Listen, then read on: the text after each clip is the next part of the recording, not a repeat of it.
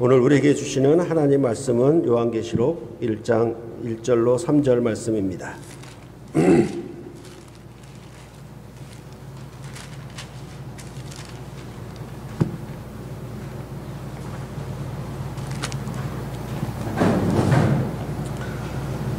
한 절씩 교대로 봉독해 올리겠습니다. 예수 그리스도의 계시라. 이는 하나님이 그에게 주사 반드시 속히 일어날 일들을 그 종들에게 보이시려고 그의 천사를 그 종 요한에게 보내어 알게 하신 것이라.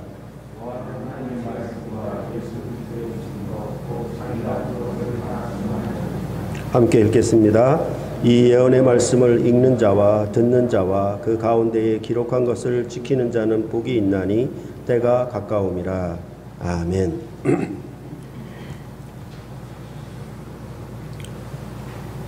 오늘부터 요한계시록을 주일 설교 본문으로 대하게 되었습니다.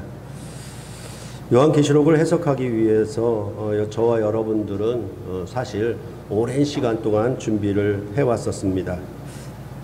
2011년부터 2013년 세 번의 여름 사경회 때 요한계시록을 특강을 했던 그런 기억이 여러분에게 있을 것입니다. 그리고 주일 오후 성경 공부 본문으로는 요한계시록과 밀접한 관련이 있는 다니엘서, 에스겔서, 스가랴서 등등을 함께 공부했던 기억이 여러분들에게 있을 것입니다. 그런데 안타깝게도 교회의 어려운 일과 또 제 논문 때문에 그동안 요한계시록을 다루는 일이 미루어져 왔는데 이제 여러분과 오늘부터 요한계시록을 함께 보게 되니 설레기도 하고 기쁘기도 하고 또한 감사하기도 합니다. 이 요한계시록을 통한 은혜와 복이 샘물길 교회에 함께하기를 기원합니다.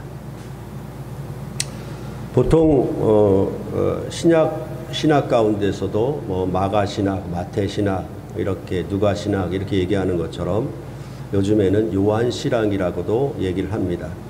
그 요한신학을 전체적으로 본다면 요한복음, 요한서신서들 그리고 요한계시록 이것을 다 합쳐서 요한신학의 근간을 이루는 그런 책들이라고 볼 수 있겠습니다. 그래서 이 요한 신학은 어떤 그 연속적인 시리즈물과 같아서 이 요한복음, 요한서신 그리고 요한계시록은 서로 기승전결의 관계처럼 연결이 되어 있습니다. 그래서 요한복음은 믿어서 영생을 얻게 하려고 쓴 것이고, 그러면 그 영생이 무엇이냐라는 것에 대해서는 요한서신이 우리에게 알려주시는 것이고, 이렇게 생명의 말씀을, 언약의 말씀을 지켜 행함으로 얻는 복이, 궁극적인 복이 무엇이냐에 대해서는 바로 요한계시록을 얘기할 수가 있는 것입니다. 이처럼 믿음을 가진 신자들이 그 신앙의 처음 시간부터 마지막 완성에 이르기까지 요한신학은 전체적으로 구성되어 있다라고 보시면 되겠습니다. 그러니까 요한복음, 요한서신 그리고 요한계시록을 일별해서 쭉 읽어보시면은 우리가 어떻게 믿음으로 시작해서 어떻게 이 믿음의 완성을 이룰 것인가에 대하여 요한 사도는 분명히 제시하고 있구나라는 것을 여러분들로 알 수 있게 하는 것입니다. 지난 시간에 요한복음에서 베드로와 요한이 예수님을 따르는 목자로서 헌신하는 삶에 대해 말씀을 드렸습니다. 그러할 때 베드로는 순교적 사명이 있었고 그 예수님의 사랑하시는 제자, 대체적으로는 요한이라고 일컬어지니까 그렇게 본다면 이 사도 요한은 오랫동안 살면서 주님을 따르는 사명이 있는 그런 분이었습니다. 그래서 베드로와 요한의 헌신을 다하는 그 삶의 결이 서로 다르지만은 생명을 다해 주님을 따르는 일에 헌신하는 그런 내용적이고 본질적인 측면에서는 서로 같다라고 말씀을 드렸습니다.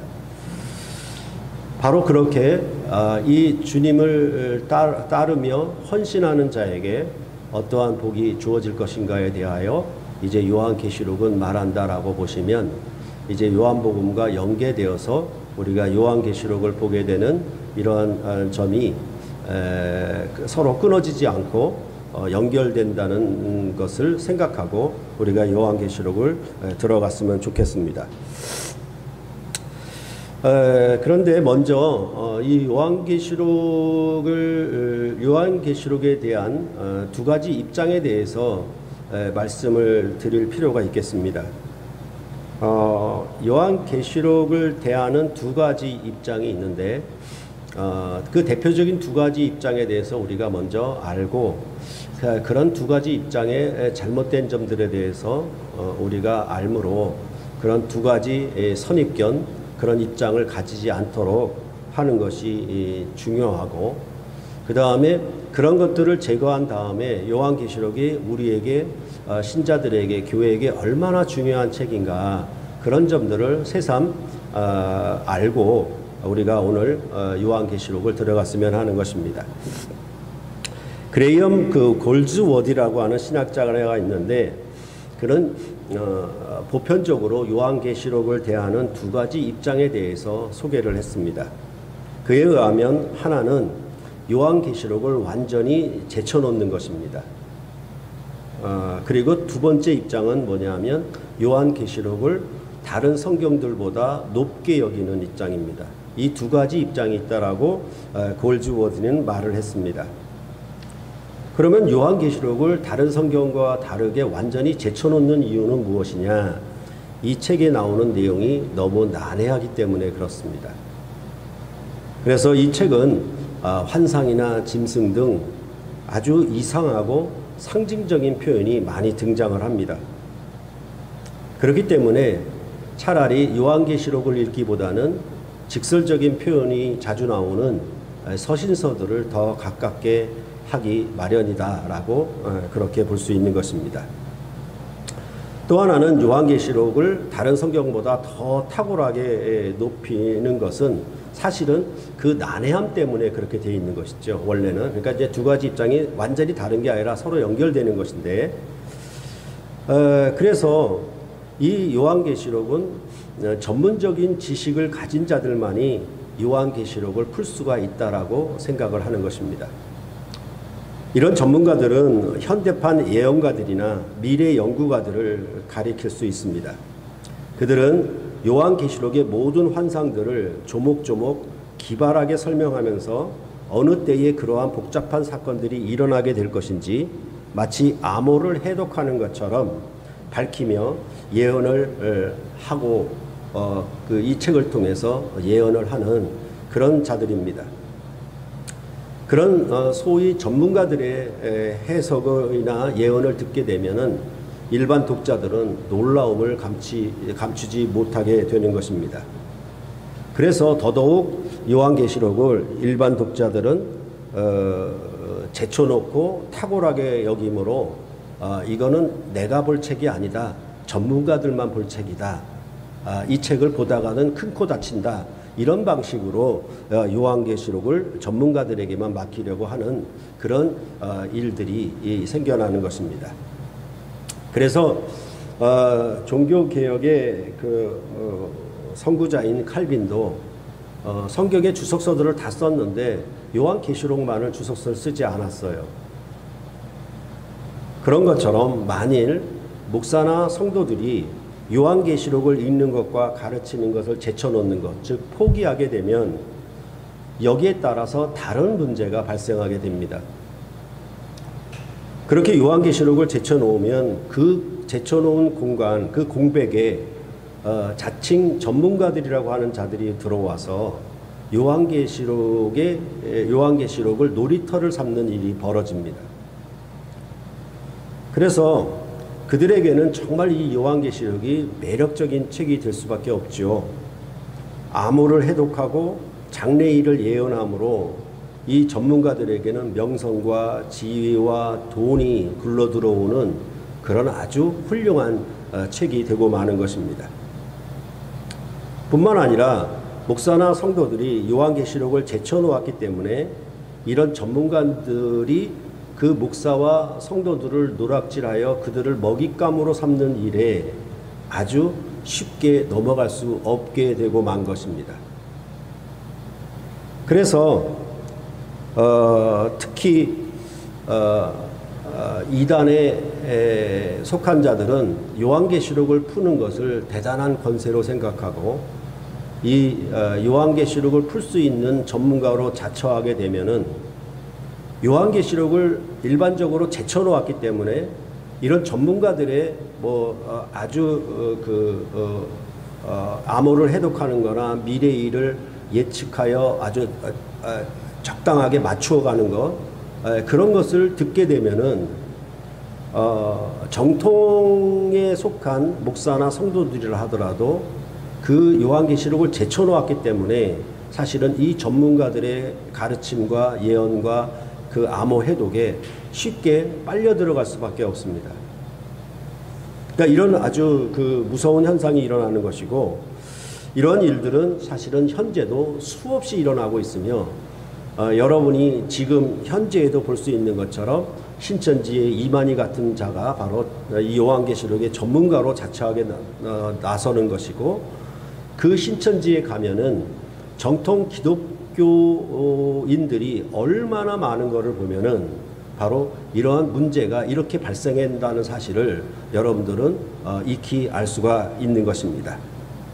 그렇기 때문에 골즈워디가 말한 이 두 가지 입장, 요한계시록을 제쳐놓는 것, 요한계시록을 다른 성경보다 아주 높은 위치에 놓는 이런 것의 그 단점이 어떤 방식으로 교회와 신자들에게 영향을 미치는가를 알게 되면 우리가 이 요한계시록을 보게 되는 그 선입견적인 입장, 이것에 대해서 다시 한번 재고를 해야 될 것이며, 또한 이 골즈워디의 이 두 가지 입장에 대한 견해에 대해서 우리는 마음에 깊이 새기는 것이 필요하다라고 저는 생각을 합니다. 그러할 때 요한계시록을 쓴 저자인 사도 요한은 이 책의 기록 목적에 대해서 분명히 밝히고 있습니다.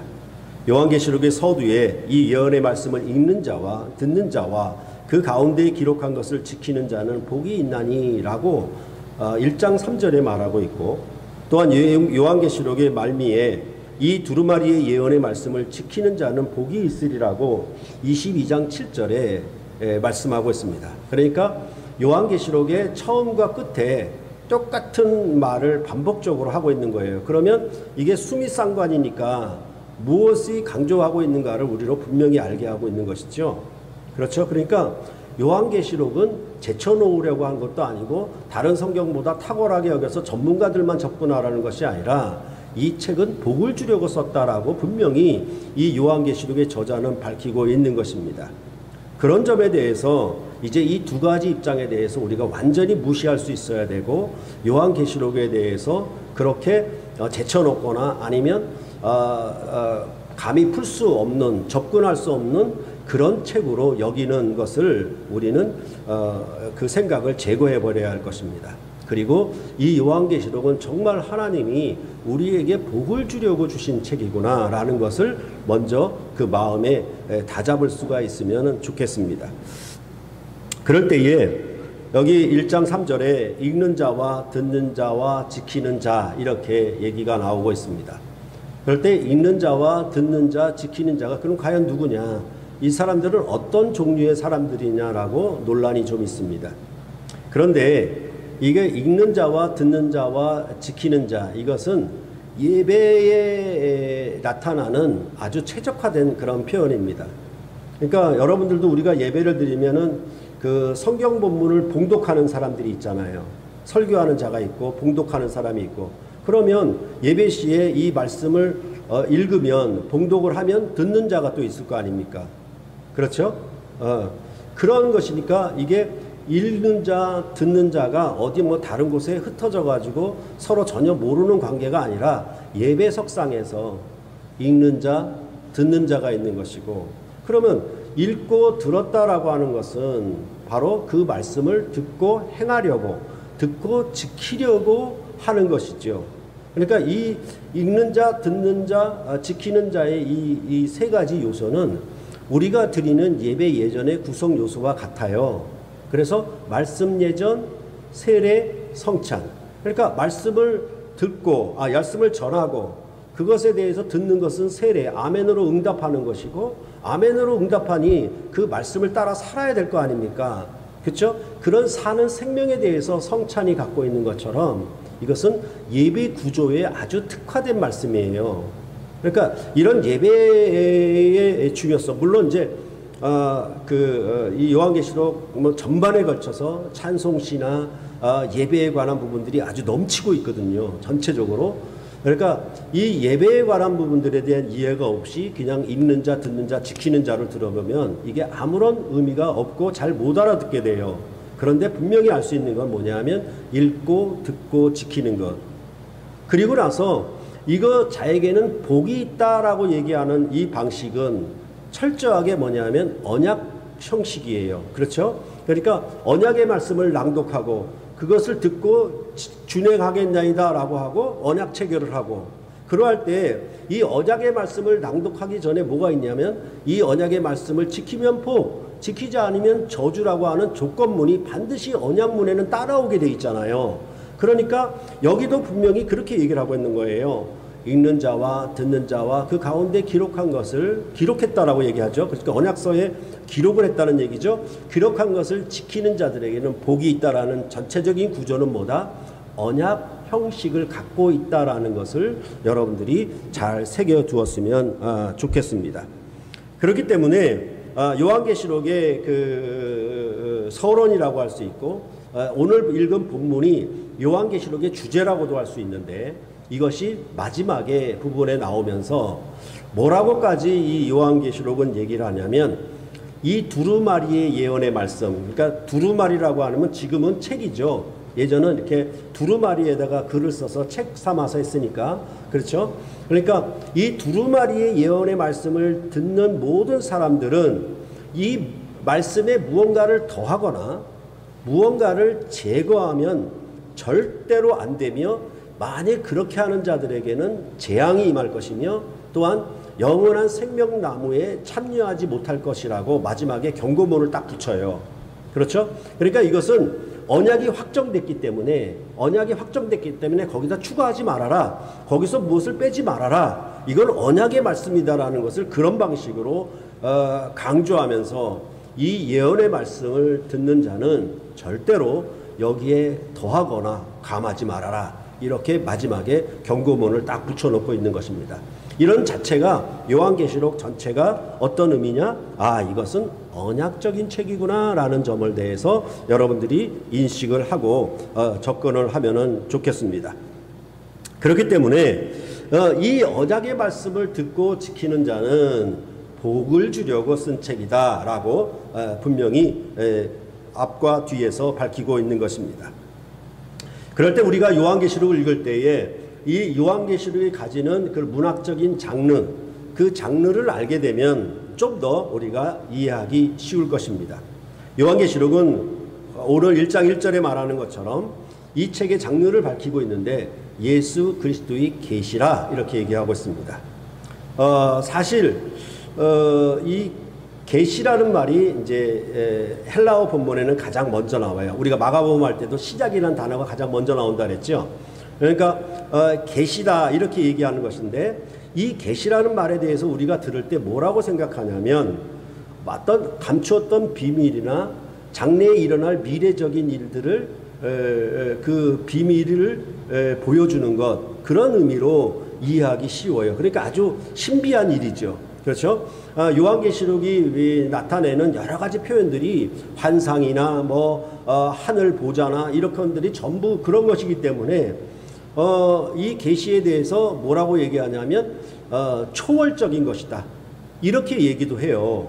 그런데 그런 개념보다는 이 요한계시록의 첫 단어는 그냥 여러분들 알아보시는 게 좋아요. 왜냐하면 이게 문화적으로 수시로 영화 제목이나 이런 데 사용되기 때문에 첫 단어 정도는 아는 것이 좋아요. 아포칼립시스라고 하는데 이 말은 정확하게 번역을 하자면 묵시라는 뜻이에요. 그러니까 계시라는 말은 감추었던 비밀을 드러내 보여주는 것, 그렇게 되어 있는데 묵시라는 것은 그거와 조금 더 다른 의미를 갖고 있다라는 것입니다. 이를테면은 요한계시록을 요한묵시록이라고 그렇게 말하는 사람들도 있어요. 그러니까 이 1장 1절에 대한 분명한 번역을 통해서 그렇게 말을 하는 것이거든요. 그럴 때에 리차드 보캄이라고 하는 그 요한계시록에 아주 굉장한 권위 있는 신약학자가 있습니다. 그가 요한계시록 신학이라는 책이 이 한국어판으로 번역될 때에 한국어판 저자 서문에다가 기록한 말이 있습니다. 그때 뭐라고 그러냐면 이 저자가 요한계시록이 매우 적절한 때에 한국어판으로 번역되었기 때문에 대단히 기쁘다라고 그렇게 얘기를 해요. 근데 왜 이 책이 2000년에 번역된 것이 왜 적절한 것이냐라고 하면 그는 말하기를 2000년, 즉 21세기가 시작되는 그 시점이 뭐라고 얘기했냐면 묵시적 시대이기 때문에 그렇다. 즉 요한계시록이 갖는 묵시에 관한 책인 것처럼 이 2000년에 한국어판으로 요한계시록 신학이 번역된 것도 2000년 당시가 이제 묵시적인 상황이고 시대이기 때문에 매우 적절하다라고 그렇게 말한 것이에요. 그러면 왜 그는 이 2000년 21세기에 들어가는 일들을 묵시적 시대라고 얘기를 했느냐? 2000년에 들어서면서 보통 그렇잖아요. 그렇죠? 그러니까 새로운 1000년이 온다거나 아니면 새로운 100년이 시작될 때에는 인류에게는 그때마다 어떤 위험과 두려움이 임했던 때가 항상 있어 왔습니다. 근데 2000년에도 마찬가지로 수많은 파멸과 위험의 징후들이 많이 있었기 때문에 이것은 묵시적 시대라고 그렇게 보고, 또한 2000년에 들었으면서 21세기가 시작되니까 과연 이 21세기에는 앞으로 무슨 일이 있을 것인가에 대한 그 두려움이 많은 사람들에게 있었거든요. 그러니까 이 리차드 보캄은 뭐라고 얘기하냐면 이 묵시적 시대다 이렇게 본 것입니다. 그런데 이제 우리는 뭐 2000년도 지나고 2010년도 지나고 2020년도 지났으니까, 근데 여러분과 제가 처해 있는 현재의 상황을 보면은 이거는 2000년에 들어설 때와는 또 다른 묵시적 상황이 있는 거예요. 그러니까 이 지구의 환경 변화나 이게 그 여러 가지 재해들이 일어나는 것들을 보면은 정말 큰 두려움을 가지지 않을 수가 없지요. 그래서 뭐 여러분들이 뉴스 보도에 접하는 것처럼 지구 곳곳에서 지금 불이 일어나고 있거든요. 그래서 이게 노아의 홍수 심판은 좀 이해가 됐는데 성경이 말하는 불심판은 잘 이해가 안 됐었거든요. 근데 불심판이 이해가 될 수 있겠구나. 그래서 그 호주 같은 경우는 6개월 동안 불이 났었잖아요.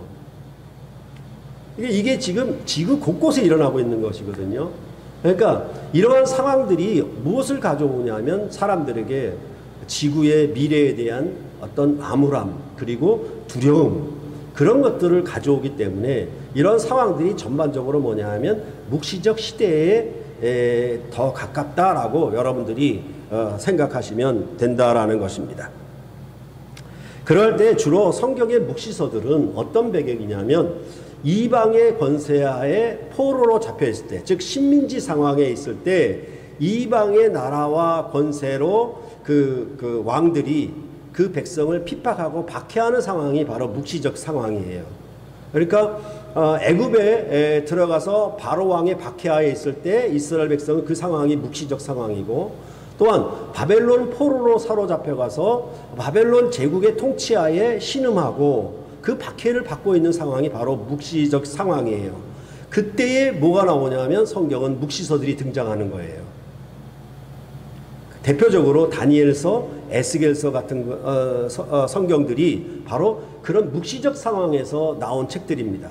그와 같이 요한계시록도 특별히 로마 제국의 박해 하에 있는 기독교 교회들을 향한 책이기 때문에 이 책을 묵시서다라고 일컬을 수가 있고, 그 묵시적인 시대에 맞는 책이라고 할 수 있는 거예요.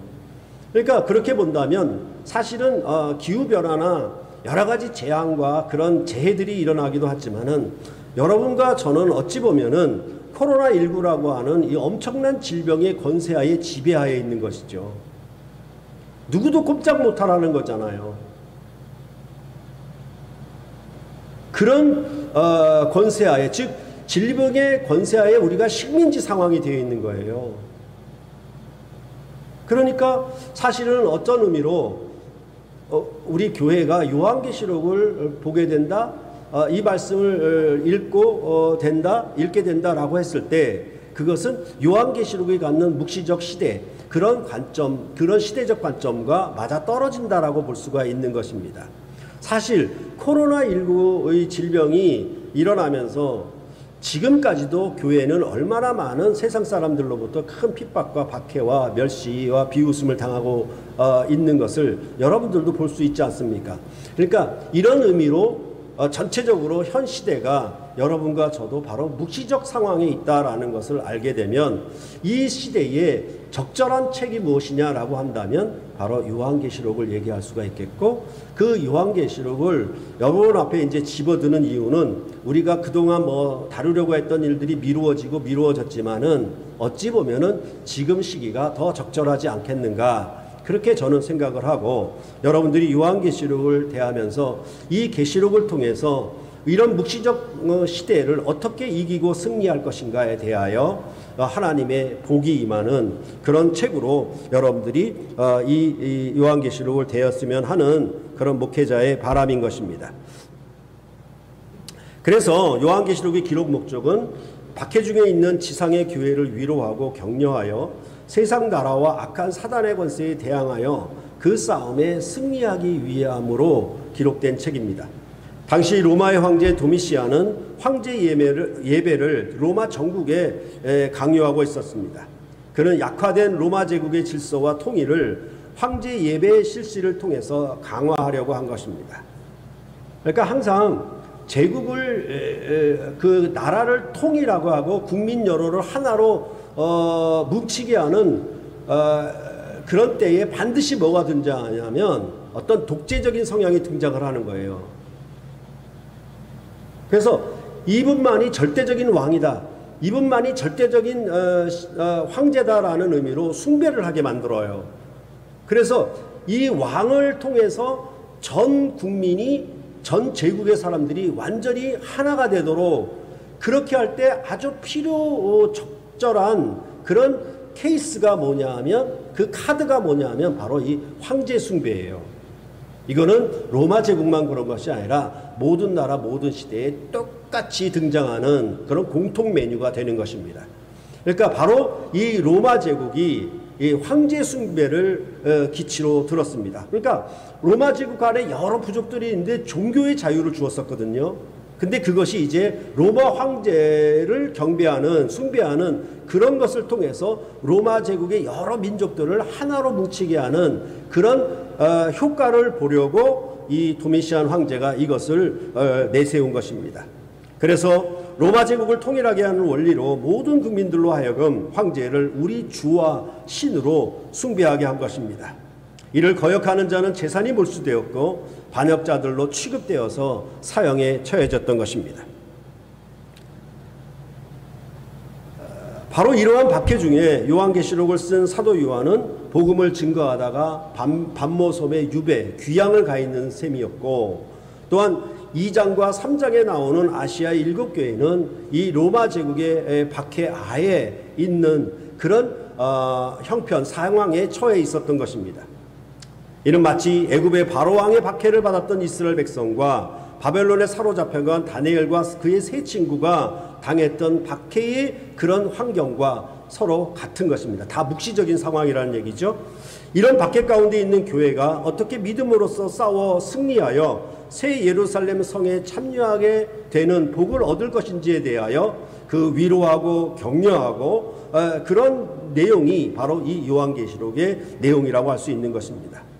그러므로 앞서 말씀드린 것처럼 질병의 권세 아래 묵시적 시대를 당한 여러분과 저에게도 요한계시록은 필히 읽고 듣고 지켜서 복을 얻는 귀한 말씀이 되기를 바라는 것입니다.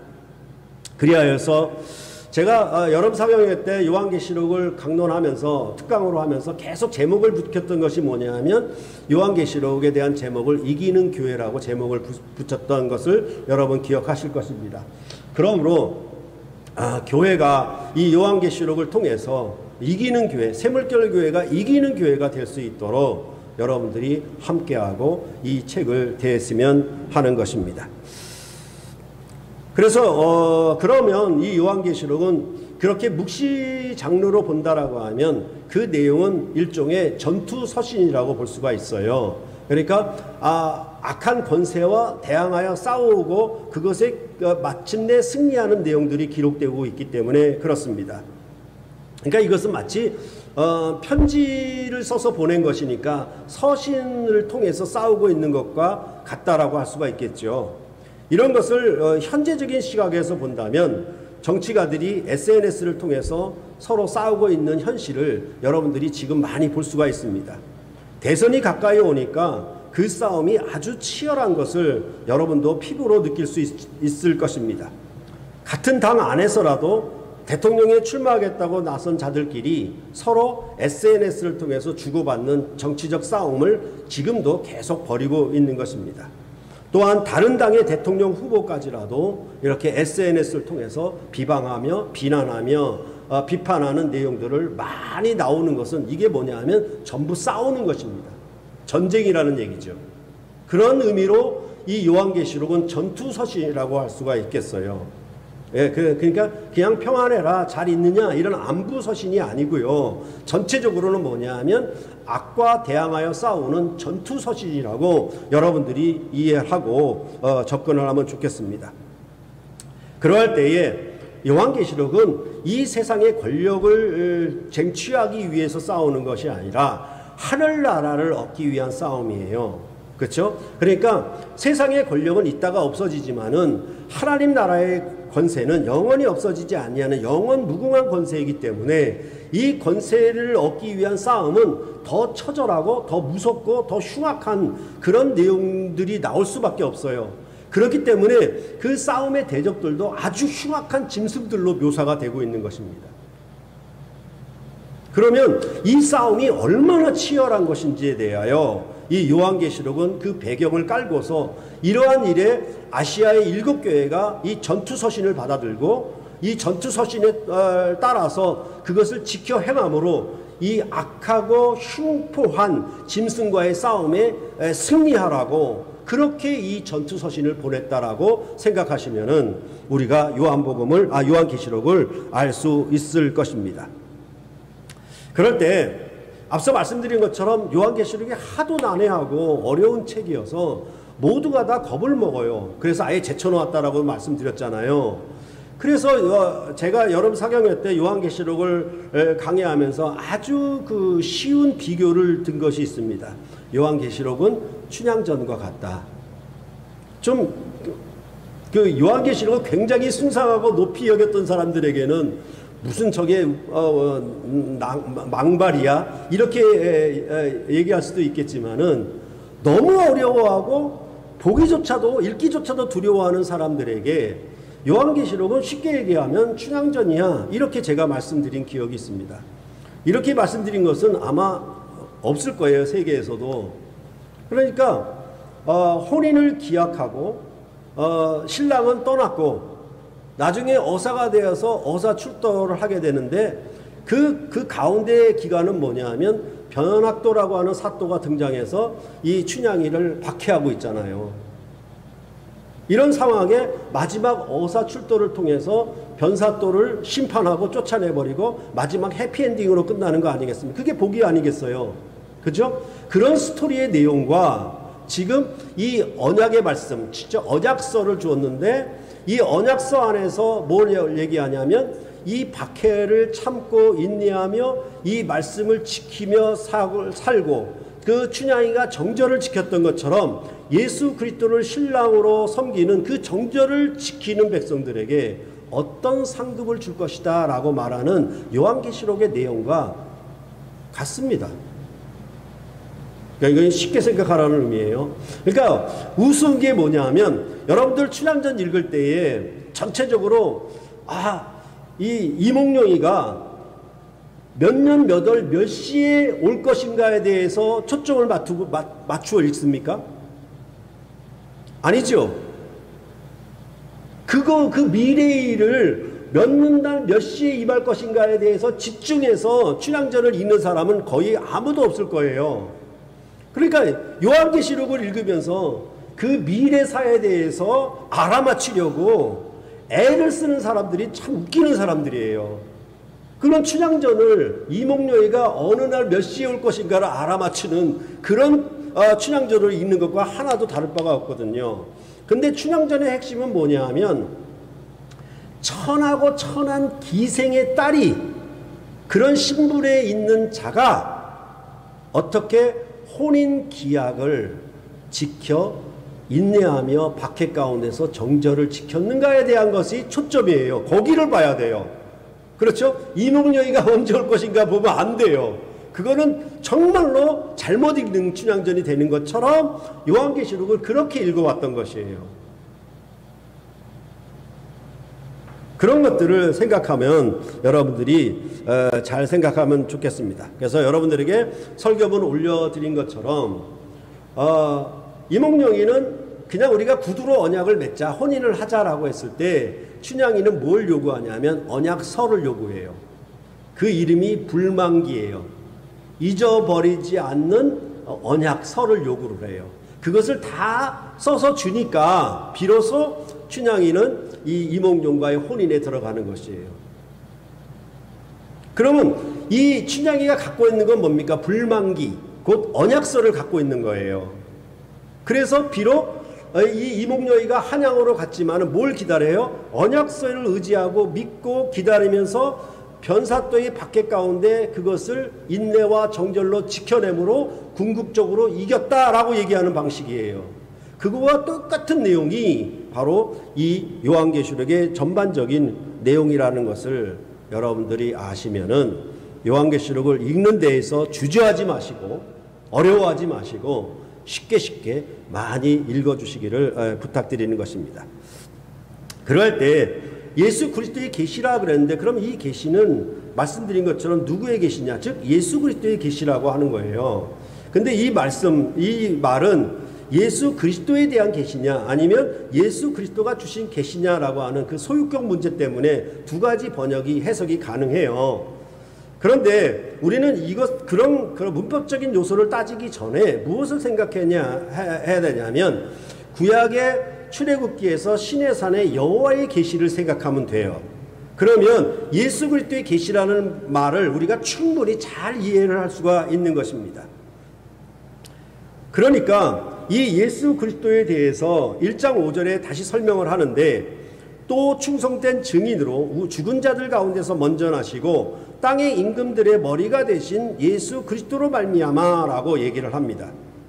즉 구약의 시내산에서 여호와가 주었던 계시는 애굽에서 이스라엘을 이끌어내신 하나님이었는데 그 하나님은 애굽을 강한 손으로 굴복시킨 하나님이에요. 그런데 이 예수 그리스도는 누구냐라고 얘기할 때 죄와 죽음을 이기시고 땅의 모든 왕들의 왕이 되신 분이라고 그렇게 말하는 거예요. 그러면 어느 계시가 더 권위가 있는 것입니까? 시내산의 여호와의 계시가 권위가 있습니까? 아니면 역사적으로 이 모든 것을 성취하고 이루신 예수 그리스도의 계시, 이 언약이 더 권위가 있는 것입니까? 그것을 생각하면 예수 그리스도의 계시라고 요한계시록의 전면에 그 편말을 그렇게 네임을 붙인 것이거든요. 간판을 그렇게 붙인 거예요. 이것은 예수 그리스도의 계시다 이렇게 붙인 거예요. 그렇다라고 하면 그런 의미에서 우리가 이 요한계시록의 계시의 말씀을 어떤 권위로 받을 것인가에 대하여 여러분들은 역사적인 의미로 생각을 해 두시면 좋겠습니다.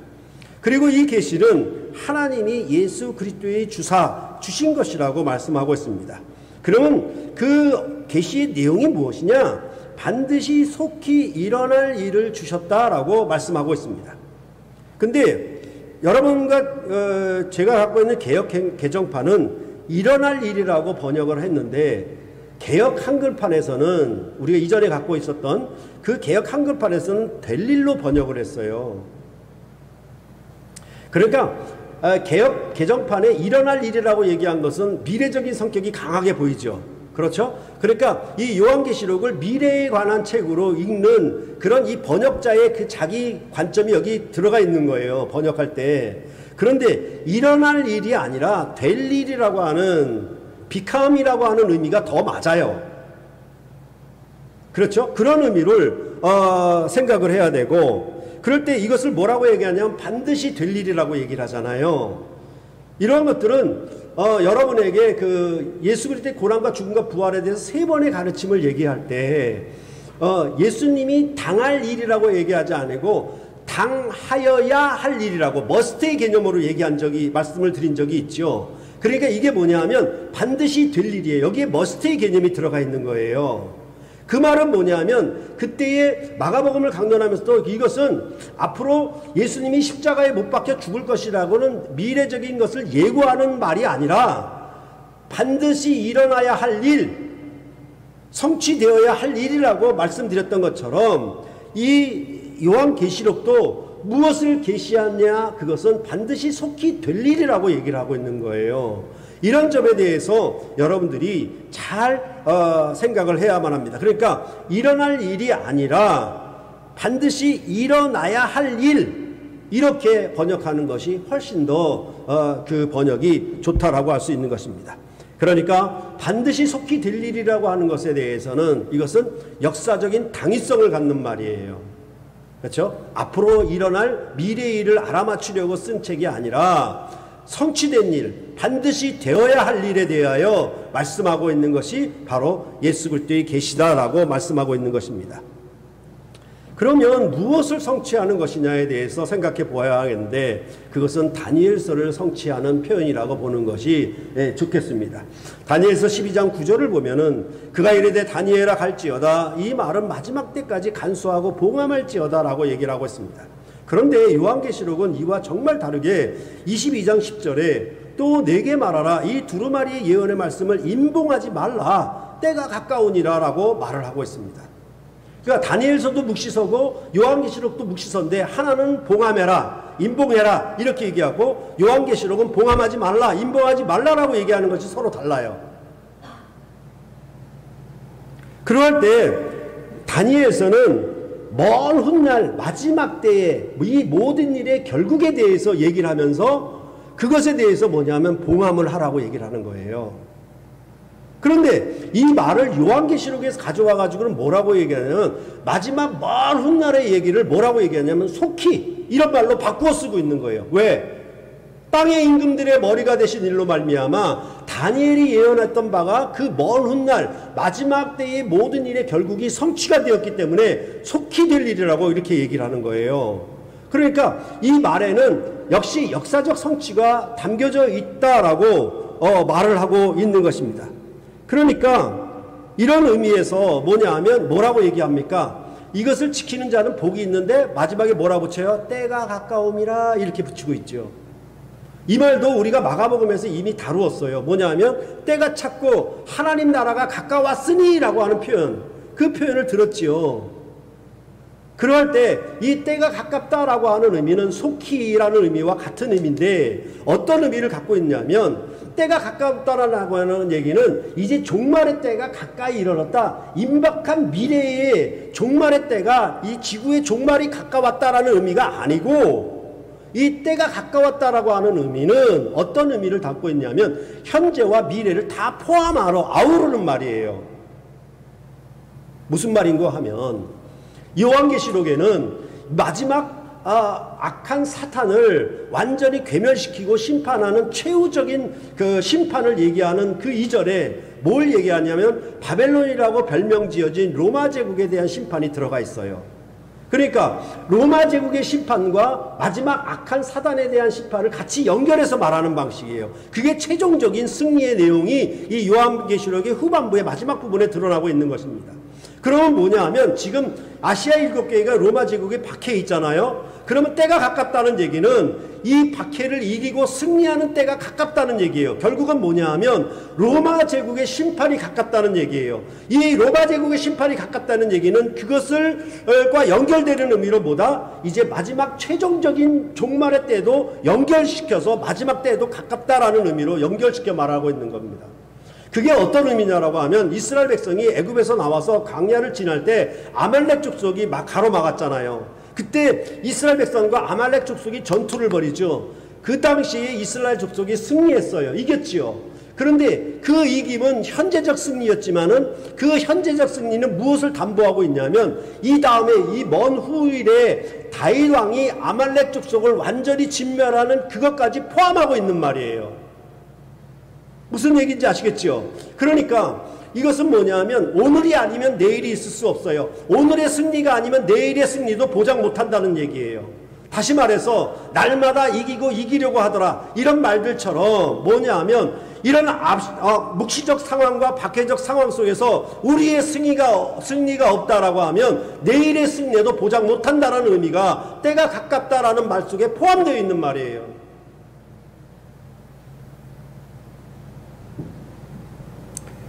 그렇기 때문에 성경은 뭐냐 하면 이 구원 역사의 성취와 완성에 대해서 굉장히 큰 관심을 갖고 있는 거예요. 그렇죠? 그러니까 그 날과 그 시는 아무도 모르고 아버지만 아신다라고 마가복음에서도 말씀했던 것처럼 그 날과 그 시가 중요한 게 아니라 이 말씀을 듣고 지키고 깨어있어 지켜 행하는 것에 더 관심이 있는 것이죠. 오늘의 승리가 아니면 내일의 승리는 절대로 가능하지 않은 것입니다.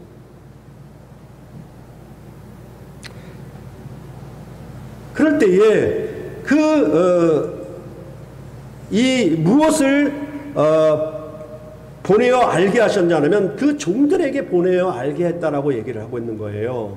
그러면 그 종들은 누구냐라고 얘기했고, 그러면 이 요한에게 보내어 천사를 통해서 요한에게 보내어 지시했는데, 그러면 그 지시한 내용이 뭐냐? 하나님의 말씀과 예수 그리스도의 증거, 즉 요한이 본 것에 대해서 보내어 알게 하려고 이 하나님이 주신 예수 그리스도의 계시라라고 오늘 본문에서 말씀을 하고 있는 것입니다. 그러면 그 자기의 본 것은 무엇이냐? 그것은 1장 11절, 19절, 20절에서 내가 본 것을 계속 얘기합니다. 대표적으로 1장 11절을 보면 이르되 내가 보는 것을 두루마리에 써서 에베소, 서머나, 버가모, 두아디라, 사데, 빌라델비아, 라오디게아 등 7교회에 보내라 라고 얘기를 하고 있는 것입니다. 자기의 본 것을, 내가 본 것을 7교회에 보내라 라고 하는 말은 뭐냐면 천사들을 통해서 요한에게 보내어 지시하신 것이라고 얘기했으니까 그 종들에게, 그 종들은 무엇을 가리키냐라고 한다면 요한계시록 입장에서는 아시아의 7교회들에게 요한이 본 것을 기록해라, 그것을 전해라, 이런 의미로 오늘 본문에서 말씀을 하고 있는 것입니다. 그것에 대해서 이제 뭐냐 하면 이 예언의 말씀을 읽는 자와 듣는 자와 지키는 자가 복이 있다. 그리고 때가 가깝기 때문이다. 이렇게 말씀을 하고 있는 것입니다. 그러할 때에 이 지킨다라고 하는 말씀은 앞서도 말씀드렸던 것처럼 무슨 말로 바꾸어 얘기할 수 있냐면 행한다. 그렇죠? 언약의 말씀을 지켜 행하는 것이겠죠. 그것을 행함으로 말미암아 승리하는 삶을 이루라라고 얘기하는 것이 요한계시록의 전반적인 내용이에요.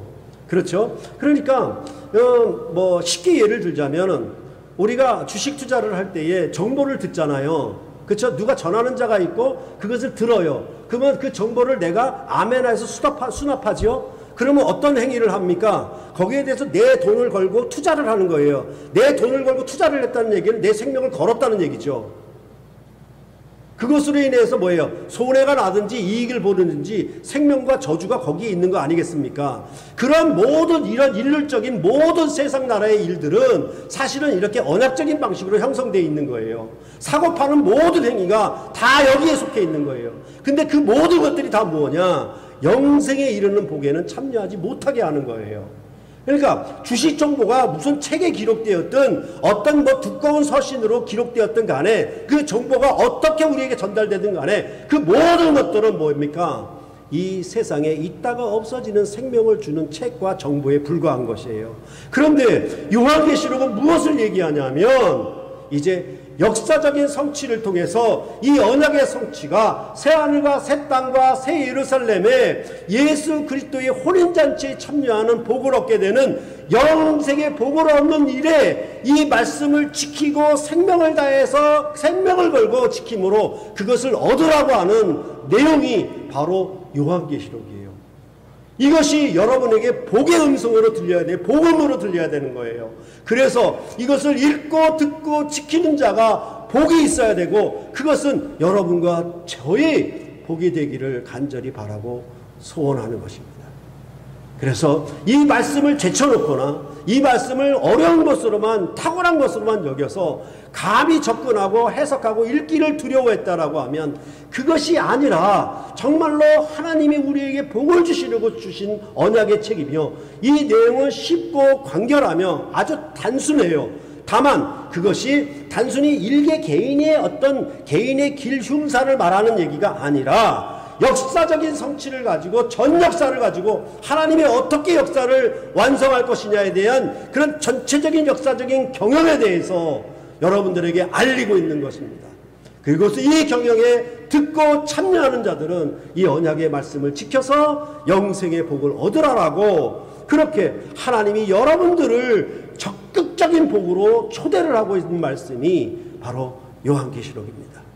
그러므로 요한계시록을 통해서 여러분과 제가 이 복을 적극적으로 찾아서 받아서 누리는 그런 놀라운 열매를 얻기를 간절히 소망하는 것입니다. 기도하시겠습니다.